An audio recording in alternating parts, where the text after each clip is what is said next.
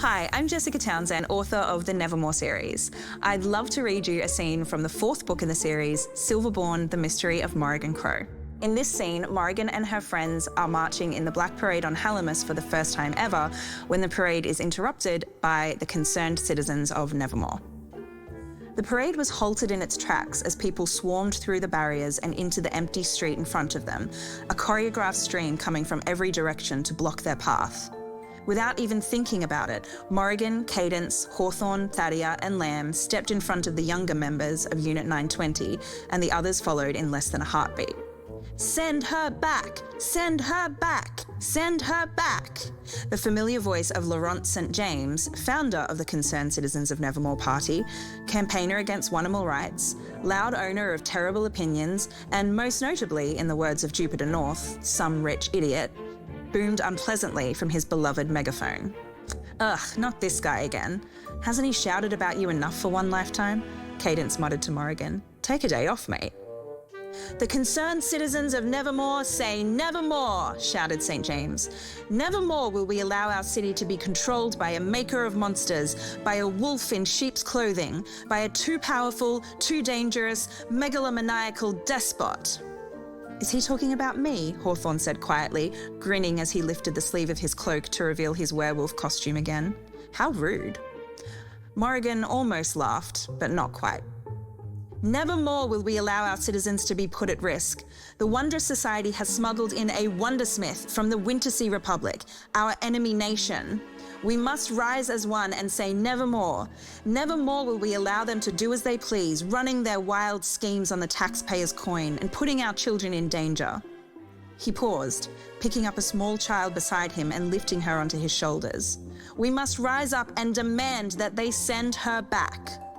Then he handed the megaphone up to the little girl, whose tiny voice grew monstrous as she shrieked, "Send her back! Send her back!" Morrigan felt she might vomit. She turned in a circle, but there was nowhere to go. She was surrounded by so-called concerned citizens holding signs with slogans like, "Monsters welcome nevermore," and "Hey Wintersea, we don't want your wondersmith."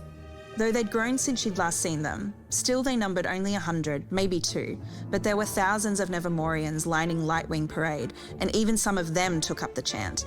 Unit 919 closed around her. "Do something, you fool," came a sharp shout. Morrigan turned to the sound of the voice and saw a familiar pale face in the crowd, twisted with disgust. Her fingertips tingled with gathering wonder. He was right, she ought to do something. She had to do something. "Morg! Morg, I'm coming!" The sea of black cloaks parted to let Jupiter through, still holding his candle aloft. He launched himself to the front of the parade, blazing with righteous anger, shouting, "How dare you!" And Laurent St. James put the child back on the ground, squaring up to Jupiter and bellowing, "Send her back! Send her back!" right into his face. Several things happened at once.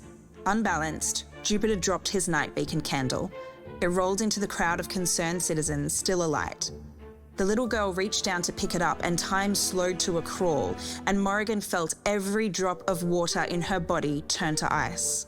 She wanted to shout a warning, but the words stuck in her throat, so she ran for the candle instead, fingers tingling as she grabbed it just in time, and they were everywhere. Everywhere. There was no wondrous defense against this, no way of unseeing it. The artists were all wrong. They were too gentle. They lied. The misery they'd painted wasn't big enough. It wasn't hard enough. It wasn't frightening or painful or ghastly enough. The Unresting wore their guilt on the outside. Like chains, like thick vines, creeping around their hands and feet, wrapped around their necks, forever twisting, tightening, squeezing. The night beacon didn't just let Morrigan see them, it let her hear them too. And that was worse. It was so much worse. It was unbearable. "No rest," they sang without words. "No rest." Morrigan wanted to weep. She wanted to run.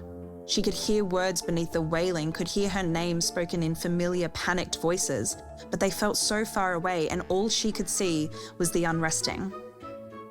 A ghoulish woman advanced on her, mouth open in a silent scream, reaching out with pale, grasping hands through a tangle of vines. "Get away from me!" Before the words even left her mouth, Morrigan regretted them.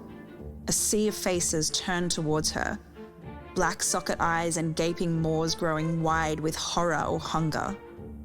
She'd broken the rules. She'd noticed the unresting, and they'd noticed her right back. I hope you enjoyed this little teaser, and I hope you enjoy reading the rest of Silverborn.